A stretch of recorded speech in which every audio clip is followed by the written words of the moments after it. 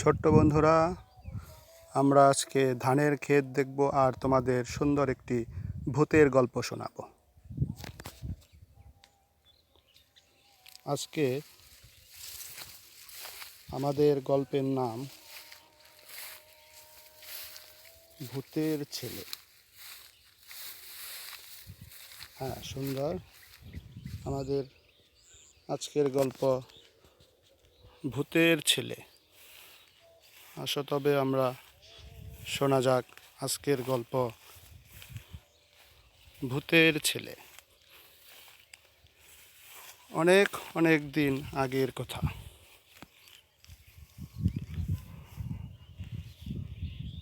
ভূত সমাজে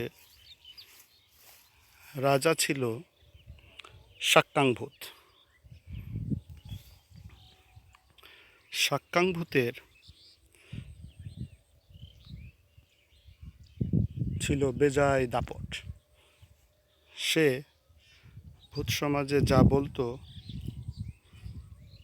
তাই হতো। ভূতেরা তার কথার বাইরে একটি কথাও শুনতো না, বা তার কথার বাইরে তারা এক পা এগিয়ে যাবার সাহসও পেত না।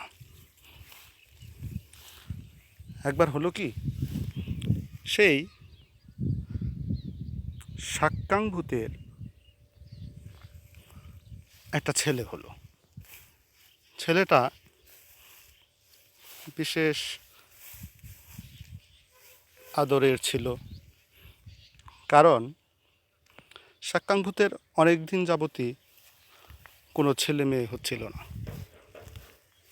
তার অবর্তমানে এই ভূত সমাজের রাজত্ব কে করবে তাই নিয়ে ভূতেদের মধ্যে ছিল বিস্তর দ্বন্দ্ব।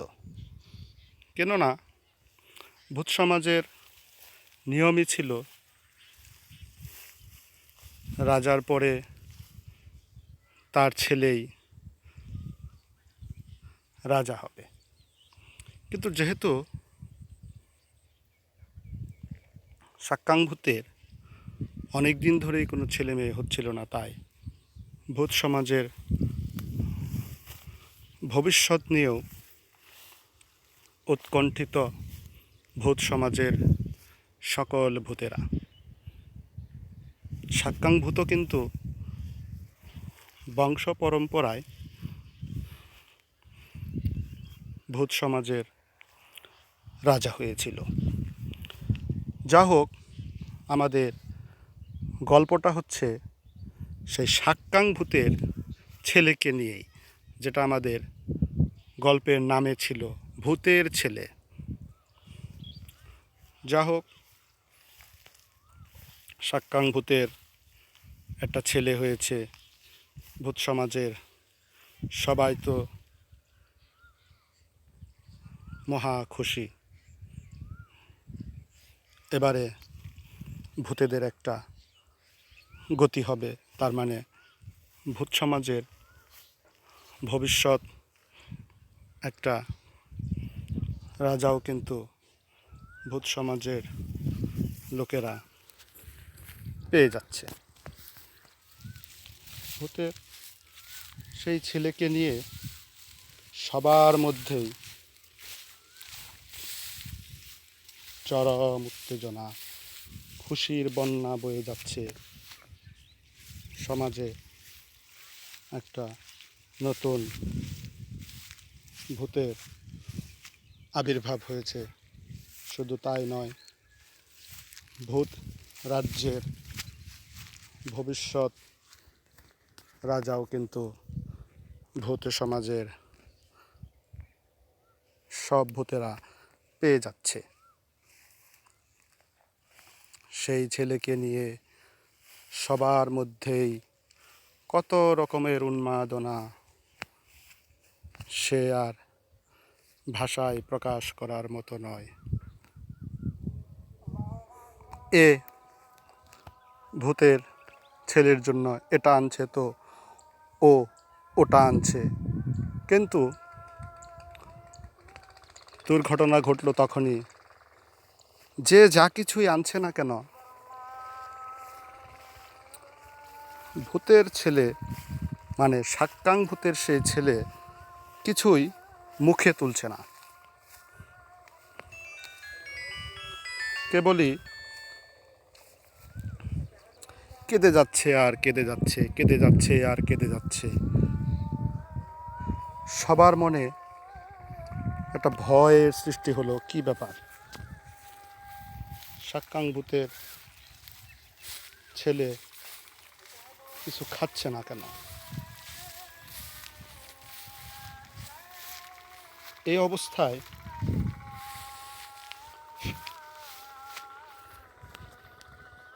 ভূতেরা বলা বলি করছিল, যাও এতদিন পরে একটা বাচ্চা হলো, সেটা তো কিছু মুখেই তুলছে না, কেবল কেঁদেই যাচ্ছে আর কেঁদেই যাচ্ছে। এভাবে দিনের পর দিন কাটতে লাগলো। ছেলেটা কিছুই খাচ্ছে না, কিছুই খাচ্ছে না, কিছুই খাচ্ছে না। দেখতে দেখতে সেটা একটু বড় হলো। শুধু বড়ই নয়, সেটা কিছু কিছু কথা বলতেও শিখল।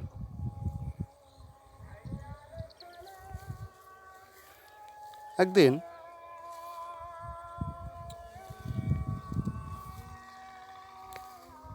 ভূতের সেই ছেলেটা অবাক করে দিয়ে সবাইকে বলল, আমি ভাত খাবো। কথা শুনে সবার তো ভিমড়ি খাওয়ার জো। এই ছেলে বলে কি, ভূতের ছেলে হয়ে সে কিনা ভাত খাবে। বন্ধুরা, ঘটনা কিন্তু এখানেই শেষ নয়। কিছুদিন যেতে না যেতেই একদিন সে বলে বসলো, আমি ডিম পোলাও খাবো। ওরে বাবা, ভূতের ছেলের একই অদ্ভুত বায়না। যে কিনা খাবে মানুষের রক্ত মাংস, সে কিনা খেতে চাইছে ডিম পোলাও। শুধু সে চেয়েই ক্ষান্ত নয়, হাত পা ছোড়াছুড়ি করে রীতিমতো কান্নাকাটি শুরু করে দিল। কিছুতেই তাকে থামানো যাচ্ছে না। শেষে সাক্কাং ভূত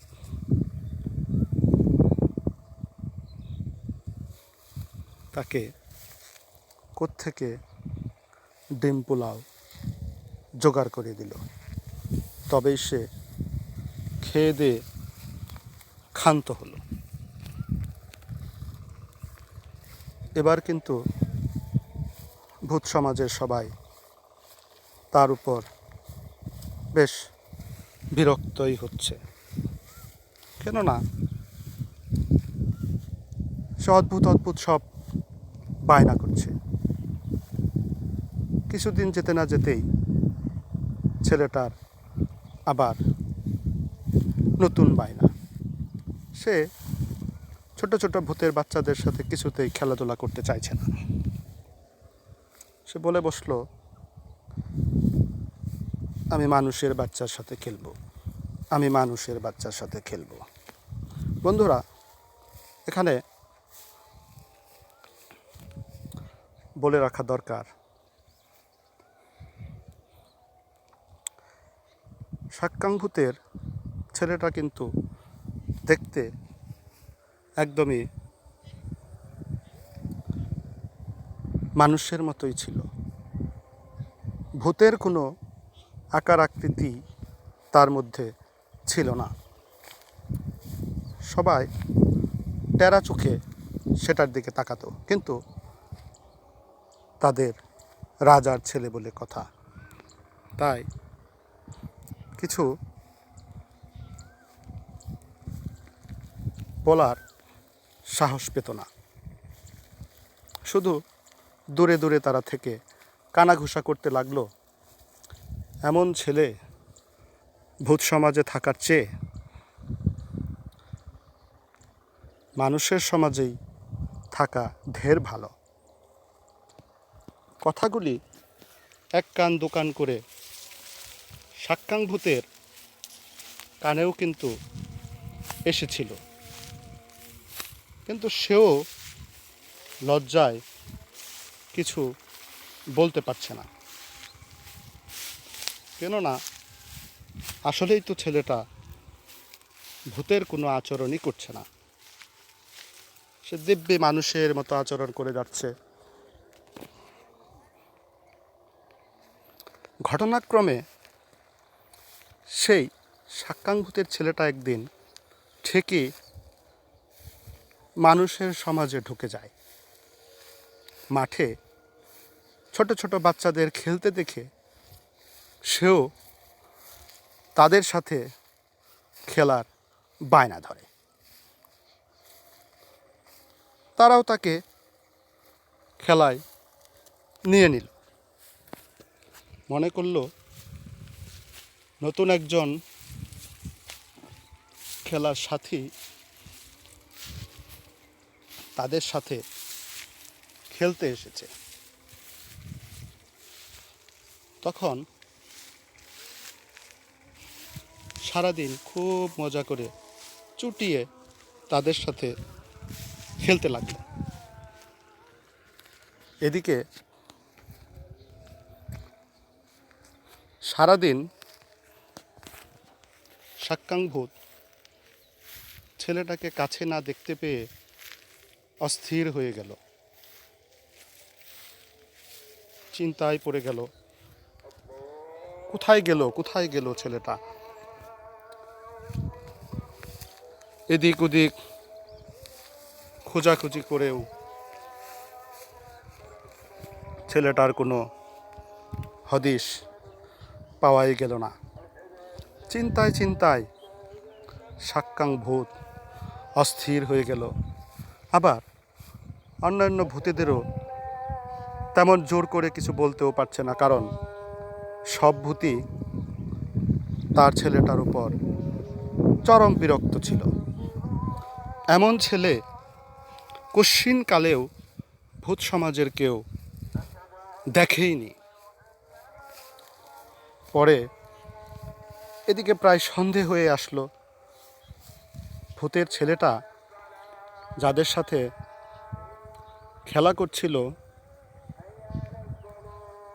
তারা সবাই বাড়ি যাওয়ার জন্য তৈরি হয়ে গেল। সেও তাদের থেকে বিদায় নিয়ে বাড়ি চলে আসলো। এসে দেখে তার মা তার জন্য চিন্তায় অস্থির হয়ে গেছে। ছেলেকে কাছে পেয়েই জাপটে ধরল। সাক্কাং ভূত অনেক আদর খেয়ে তাকে জিজ্ঞেস করলো, বাবা, সারাদিন তুমি কোথায় ছিলে? সাক্কাং ভূতের ছেলেটা তখন উত্তর দিল, মা, আজকে না অনেক মজা হয়েছে।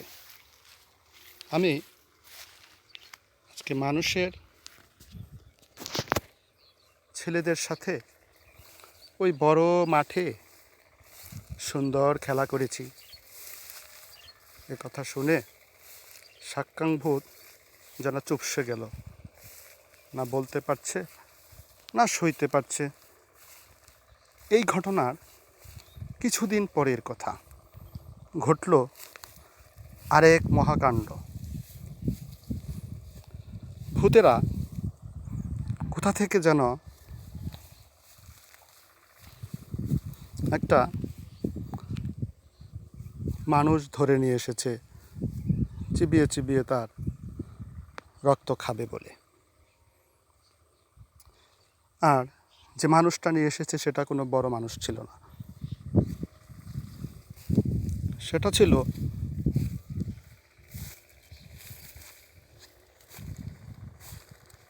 একটা ছোট বাচ্চা। ভূতেরা চেয়েছিল কচি মানুষের রক্ত মাংস খাবে, তাই তারা শখ করে সেই বাচ্চাটা ধরে নিয়ে এসেছে। কিন্তু যখন বাচ্চাটা তারা সবাই মিলে ঘাড় মোটকে খেতে যাবে, তখনই সাক্কাং ভূতের ছেলেটা দৌড়ে আসলো। সে বলল, না না না, আমি এই বাচ্চাকে খেতে দেব না। এর সাথেই তো আমি ওই দিন বড় মাঠে কত মজা করে খেলাধুলা করেছি। এ কথা শুনে ভূতেদের তো মাথায় হাত। বলে কি, এতদিন সে মানুষের খাবার দাবার খেতে চেয়েছে, তাতে ভূতেরা কিছু বলেনি, তাই বলে এখন তাদের মুখের আহারও সে কেড়ে নিবে, এটা কেমন কথা? সবাই যার যার মুখ চাওয়াচাওয়ি করতে লাগলো। কিন্তু সাক্কাং ভূতকে কিছু বলার সাহসও তারা পাচ্ছে না, কারণ ভূত সমাজের কর্তৃত্ব তো তারই হাতে। তখন সাক্কাং ভূত ছেলের আবদার রাখতে সেই শিশু বাচ্চাটিকে ছেড়ে দিতে বাধ্য হলো। তখন সেই ছোট ছেলেটি সাক্কাং ভূতের ছেলের সাথে মিলে বড় মাঠের দিকে চলে গেল। মাঠে এসে মজা করে খেলাধুলা করলো, কিন্তু সেই মানুষের ছেলেটার মাথায় বারবার ঘুরপাক খাচ্ছে, এমন কেন হলো? ভূতেরা তাকে ধরে নিয়ে গেল, আবার এই ছেলেটার কথায় ছেড়েও দিল। তার মানে ছেলেটার ভূতেদের রাজ্যে বেশ দাপট রয়েছে। এক কান দোকান করে সেই মানুষের ছেলেটা ভূতেদের সমস্ত ঘটনায় তার বাসায় এসে তার বাবা মাকে খুলে বলল। ঘটনা শুনে তার বাবা মা ভয় পাবে না কি করবে ঠিক বুঝে উঠতে পারছে না। তবে তারা সিদ্ধান্ত নিল, না, আর বড় মাঠে একে খেলতে পাঠাবে না। পরের দিন সেই ছেলেটা বড় মাঠে খেলতে আসেনি, কিন্তু সাক্কাং ভূতের ছেলেটা ওকেই বেশ পছন্দ করত। তাই দেখতে না পেয়ে সাক্কাং ভূতের ছেলেটা খুঁজতে খুঁজতে ওর বাড়ি পর্যন্ত চলে আসলো। এসে দেখে সে দিব্যি ঘরের ভিতরে বসে আছে। এদিকে সে ঘরে ঢোকার সাহস পাচ্ছে না। ছেলেটা হঠাৎই সাক্কাং ভূতের ছেলেটাকে দেখে ফেলল। দেখে তাকে ঘরের ভেতরে যেতে বলল। সেও তরতর করে সেই ছেলেটার ঘরে ঢুকে গেল। এদিকে বাচ্চাটার বাবা মাও পাশের ঘরেই ছিলেন। ছেলের কথাবার্তা আওয়াজ শুনে এ ঘরে আসলেন। এসে দেখেন ওমা, এ আবার কে? তখন তাদের ছেলেটা বাবা মাকে সব খুলে বলল। তারাও সাক্কাঙ্গুতের ছেলেকে কড়া করে ধরল। বলল, বাবা সত্যি করে বলো তো তুমি কে? সে তখন সব ঘটনা খুলে বলল।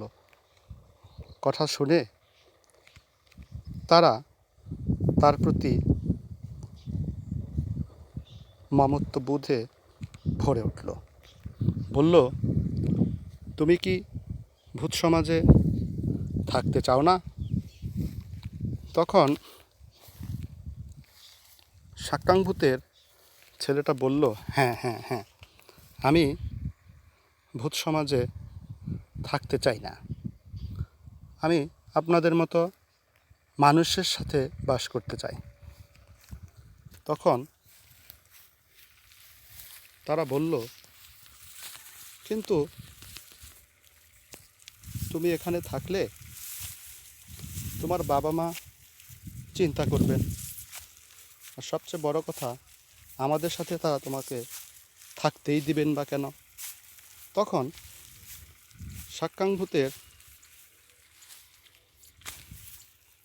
ছেলেটা বলল, যদি তারা আমাকে আপনাদের সাথে থাকার অনুমতি দেয় তাহলে নিশ্চয় আপনারা আমাকে রাখতে আর কোনো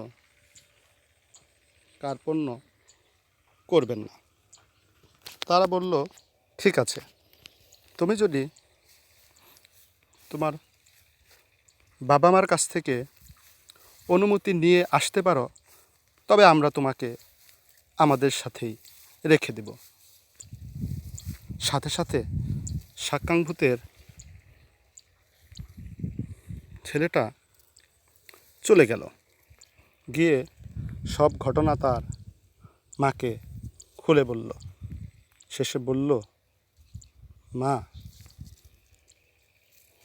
আমি তোমাদের এখানে জন্ম নিলেও আমি কিন্তু তোমাদের মতো নই।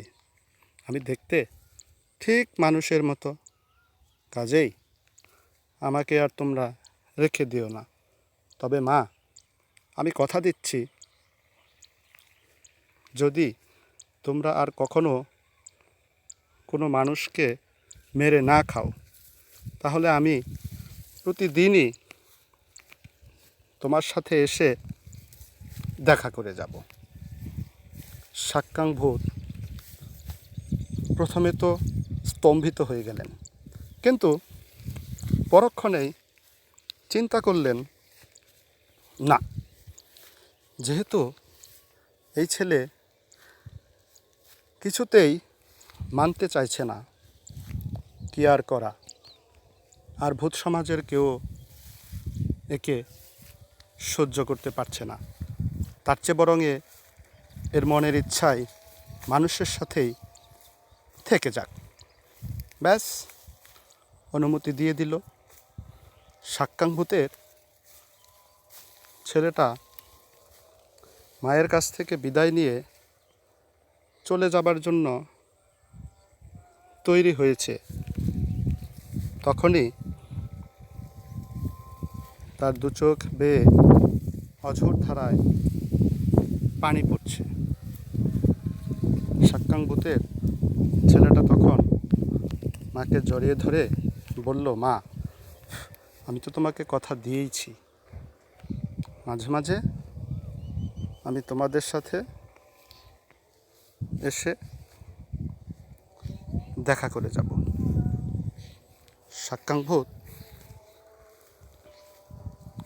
তখন ছেলেটাকে খুশি মনেই বিদায় করে দিল। সাক্কাঙ্গুতের ছেলেটা চলে আসলো সেই মানুষের বাড়িতে। কিছুদিন পরের ঘটনা। একদিন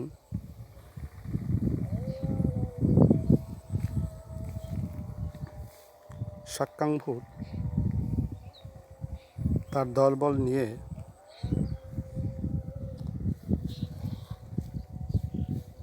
মানুষের সমাজে এসে হাজির হলো। উদ্দেশ্য ছিল মানুষের রক্ত মাংস খাওয়া, কিন্তু বিধি বাম। হঠাৎই সাক্কাং ভূতের নিজের ছেলেটার দিকে চোখ পড়ে গেল, কারণ তারা যে বাড়ির দিকে যাচ্ছিল সেই বাড়ির উঠানেই ছেলেটা অন্যান্য ছেলেদের সাথে খেলা করছিল। সাক্কাং ভূতের ছেলেটা এখন আর ভূতেদের মতো নয়, দিব্যি মানুষের সমাজে মানুষদের সাহেব বাবুর মতো সুন্দর কাপড় চোপড় পরে ঘুরে বেড়াচ্ছে। নিজের ছেলেকে দেখে হঠাৎ তার মনে পড়ে গেল তার ছেলে একদিন তাকে বলেছিল তারা যেন মানুষের মাংস কখনোই না খায়, মানুষকে ধরে যেন কখনোই হত্যা না করে। সাথে সাথে সাক্কাং ভূত দলের সবাইকে হুকুম দিল, না, আমরা আজ থেকে মানুষকে হত্যা করব না, মানুষের মাংস রক্ত কিছুই খাব না। রাজার আদেশ বলে কথা। বাকিরা সেখান থেকে তরতর করে চলে আসলো। এই পুরো ঘটনাটাই সাক্কাং ভূতের ছেলের নজরে পড়েছে। সেও দূর থেকে তার মাকে, বাবা তো ছিলই না, ভুলবশত বলে ফেলেছি,